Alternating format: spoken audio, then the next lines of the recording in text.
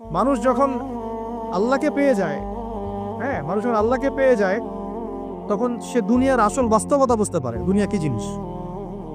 আলী রাদিয়াল্লাহু আনহুর একটা বই পড়ছিলাম, ওনার যে মানে দর্শনগুলা, ওনার যে মানে চিন্তা ভাবনাগুলো, ওনার কিছু লেখা ছিল, কিন্তু এগুলো সব জায়গায় আসে নাই।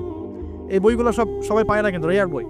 তো ওখানে দুনিয়ার এক্সাম্পল দিচ্ছেন উনি বলছেন দুনিয়া এমন জায়গা যেখানে কেউ যদি ডুব দেয়, সমুদ্রে ডুব দেওয়ার মতো জাস্ট ডুব দেয়, তাহলে তার আমল, যত নেক আমল, সব আমল কমে আসবে। এটা কিন্তু বাস্তব। দুনিয়াতে ডুব দিবেন আপনি, দেখবেন আপনার নেক আমলগুলো কমে আসতেছে। তিনি বলছেন দুনিয়া হচ্ছে সাপের মতো। কেমন?